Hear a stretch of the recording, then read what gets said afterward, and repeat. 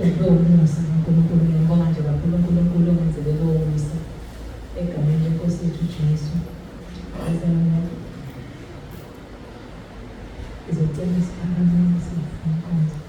Sesivulile. Okunye engicelayo ngiyaxolisa nje ngiyakhohlwa nami seminyaka sehambile. Sicela wonke umuntu ozofika afakaze azishiye igama nesibongo kuze ku-YouTube bakwazi baku-understand ukuthi ubani. Igama nesibongo wonke umuntu ozofika azofakaza ngiyacela noma abe siyamazi thina bakwazi emhlabeni.